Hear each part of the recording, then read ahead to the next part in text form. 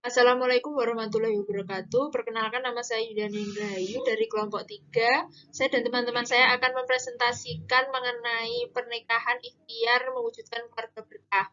Berikut nama-nama anggota kelompok saya. Yang pertama, Larasati Nurwahyuni dengan NIM 210311624820. Yang kedua, Muhammad Rafli Febrilianto dengan NIM 210331626036. Yang ketiga, Putri Melin Azanafiah dengan NIM 210322607244. Yang keempat, Safira Salsabila Lukita dengan NIM 210322607312. Yang terakhir, saya Yulia Nining Rahayu dengan NIM 210322607279. Pernikahan ikhtiar mewujudkan keluarga berkah dibagi menjadi 4 subbab. Yang pertama, cinta dan fitrah manusia. Yang kedua, kriteria pendamping hidup dan ikhtiar mencarinya. Yang ketiga, meraih keluarga berkah. Yang keempat, ragam pernikahan kontroversial. Subbab yang pertama yakni cinta dan fitrah manusia. Materi yang pertama, cinta dan pernikahan.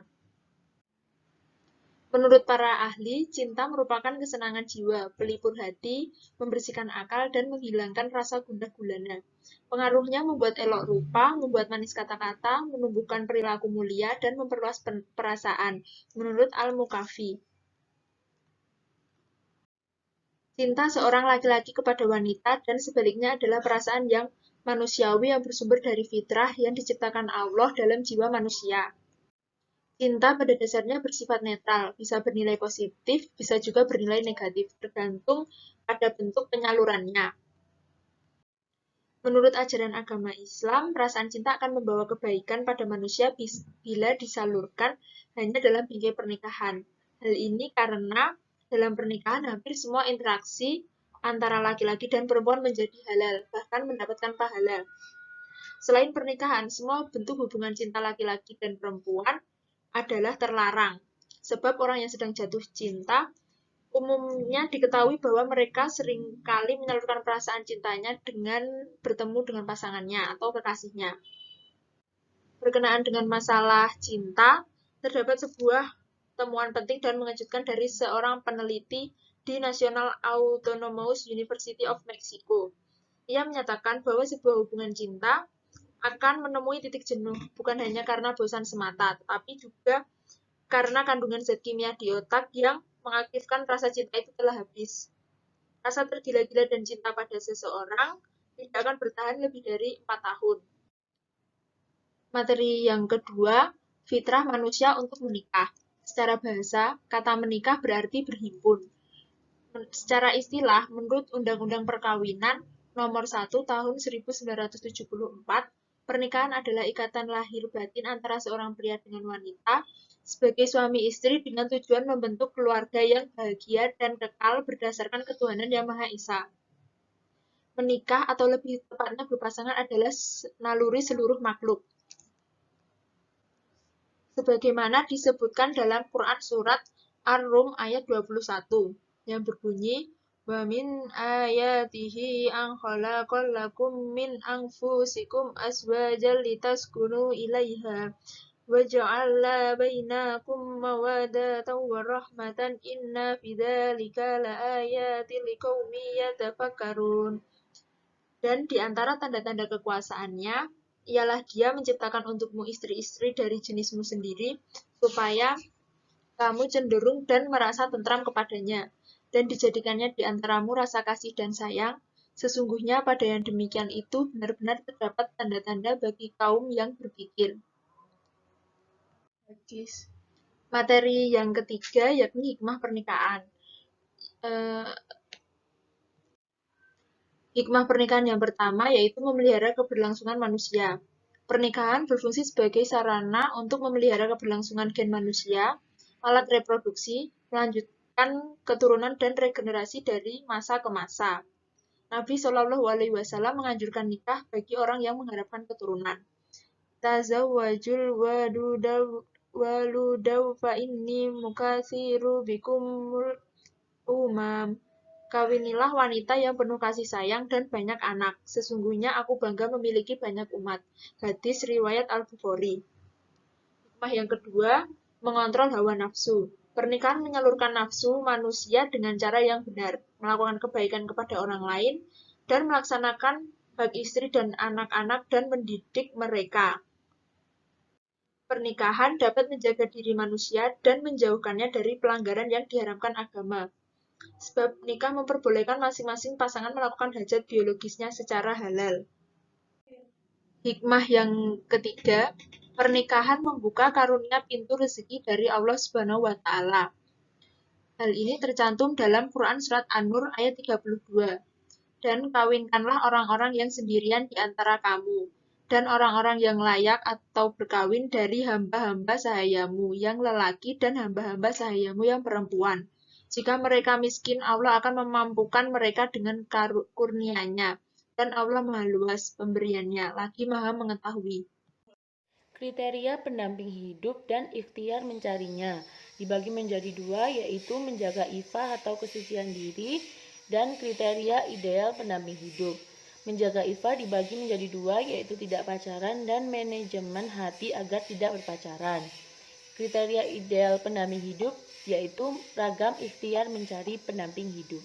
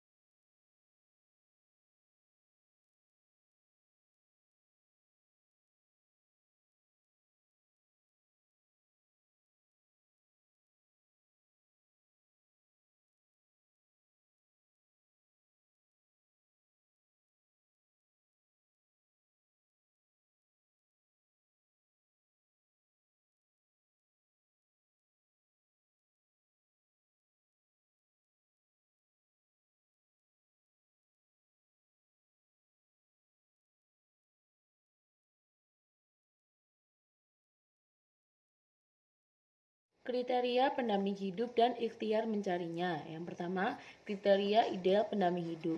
Remaja atau orang dewasa memilih pendamping hidup didasari pertimbangan atau variabel tertentu. Orang-orang cenderung memilih kekayaan, kedudukan, fisik, rupawan sebagai prioritas utama. Namun, cara pandang materialistik ini dilarang oleh Rasulullah SAW. Beliau bersabda, "Barang siapa yang kawin dengan perempuan karena hartanya, maka Allah akan menjadikannya fakir. Barang siapa kawin dengan perempuan karena keturunannya, maka Allah akan menghinakannya. Tetapi barang siapa kawin dengan tujuan agar lebih dapat menundukkan pandangannya, membentengi nafsunya, atau untuk menyambung tali persaudaraan, maka Allah akan memberikan barokah kepadanya dengan perempuan itu, dan kepada si perempuan juga diberikan barokah karenanya." Hadis riwayat Ibnu Hibban. Dalam Islam, variabel pertama adalah agama, satu paket dengan akhlak terpuji. Oleh karena itu, seorang laki-laki karena nalurinya sebagai manusia boleh menjadikan kecantikan, kedudukan, dan kekayaan menjadi syarat untuk menjadikannya seorang istri. Namun itu semua tidak layak dijadikan sebagai syarat utama. Karena syarat utama adalah kadar ketakwaan dan agamanya. Kriteria pendamping hidup dan ikhtiar mencarinya. Yang pertama, kriteria ideal pendamping hidup. Remaja atau orang dewasa memilih pendamping hidup didasari pertimbangan atau variabel tertentu. Orang-orang cenderung memilih kekayaan, kedudukan, fisik, rupawan sebagai prioritas utama. Namun, cara pandang materialistik ini dilarang oleh Rasulullah SAW.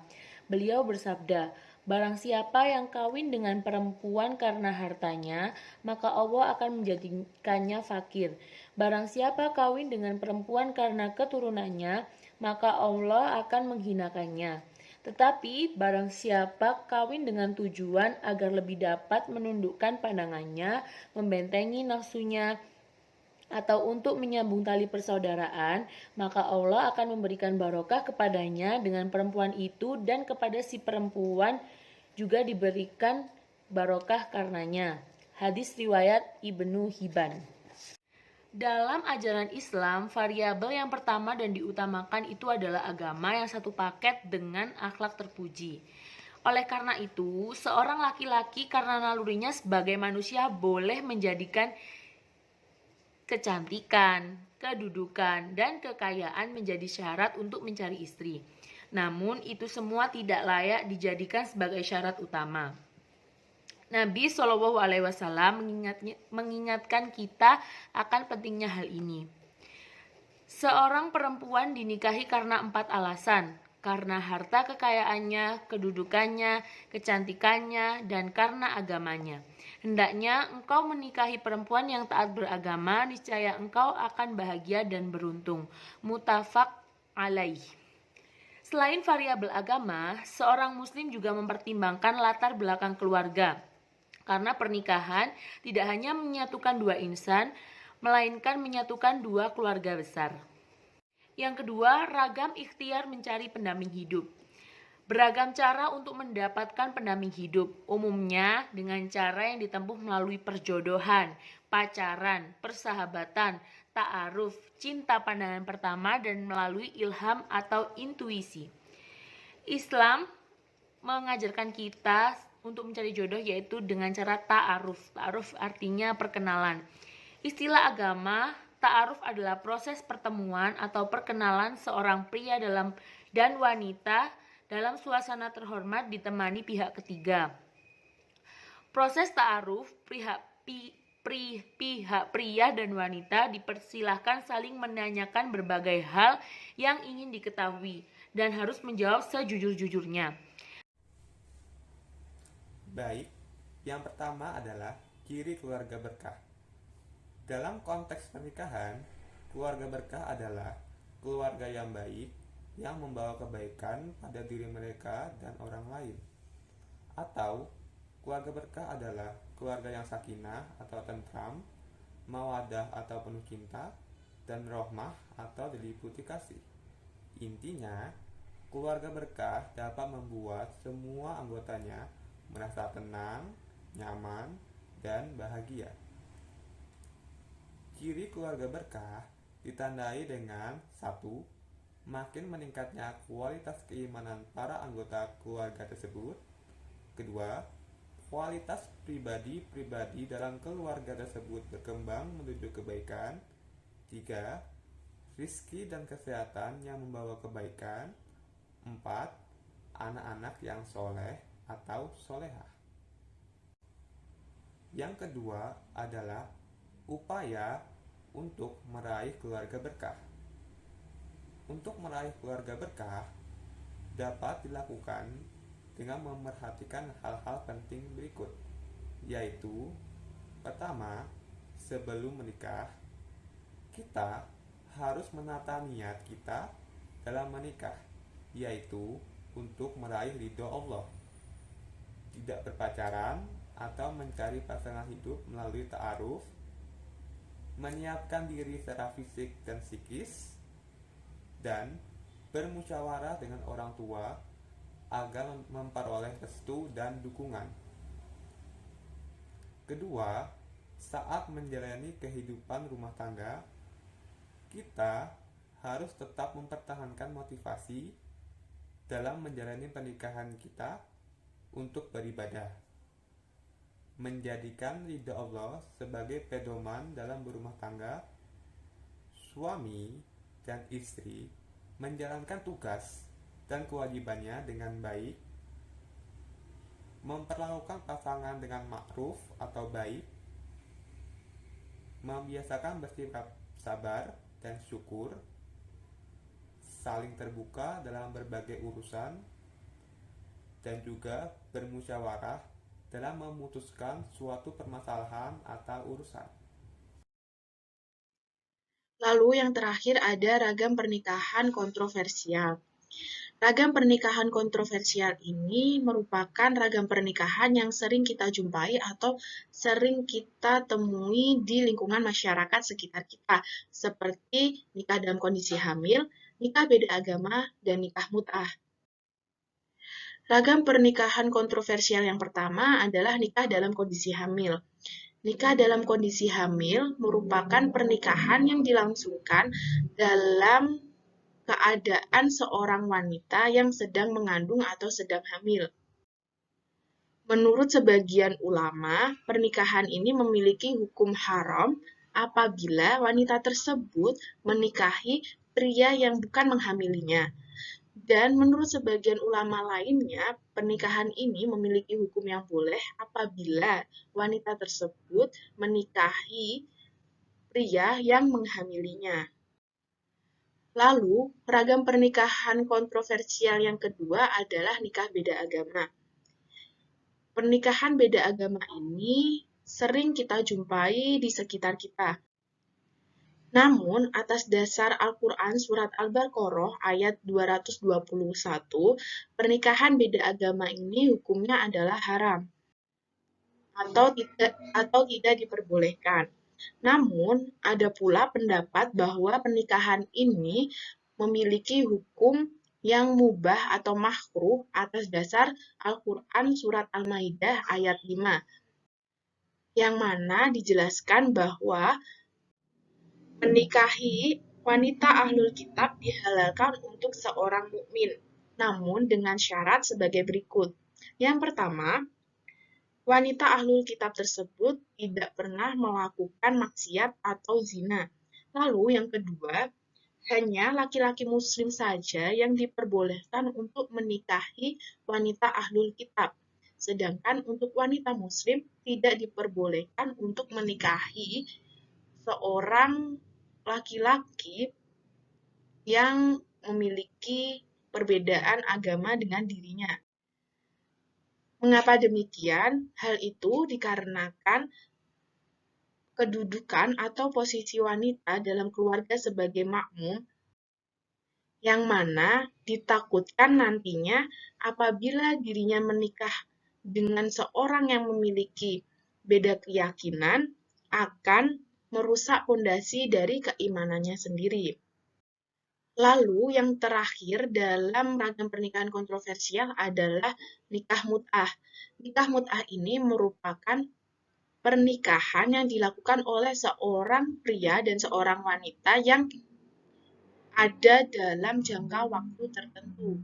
Dapat pula kita katakan bahwa pernikahan ini merupakan pernikahan kontrak. Apabila pernikahan ini telah sampai pada jangka waktu yang telah disepakati bersama, maka seorang wanita tersebut dapat terpisah dari seorang pria tanpa adanya talak ataupun cerai. Dan wanita itu harus beristibra atau menanti masa iddahnya selesai dengan memastikan kesucian dirinya dan tidak adanya janin dalam kandungannya. Dalam pernikahan ini tidak ada hak waris di antara keduanya. Dalam Islam, nikah mut'ah ini memiliki hukum yang haram untuk dilakukan. Kesimpulan dari materi bab 6 pernikahan ikhtiar mewujudkan keluarga berkah ini adalah cinta merupakan sesuatu yang alamiah pada manusia dan umumnya menjadi pintu menuju pernikahan. Dalam memilih pasangan hidup, jadikan agama atau iman dan ketakwaan sebagai kriteria utamanya agar kita dapat meraih keluarga yang barokah. Dengan mengikuti aturan pernikahan dalam agama, maka dapat sempurna iman kita sebagai seorang hambanya. Karena pada dasarnya pernikahan bertujuan untuk menyempurnakan iman kita sebagai seorang hamba dari Allah Subhanahu wa Ta'ala. Demikian presentasi yang telah kelompok 3 lakukan. Apabila ada pertanyaan, silahkan untuk ditanyakan. Kurang lebihnya mohon maaf. Wassalamualaikum warahmatullahi wabarakatuh dan terima kasih.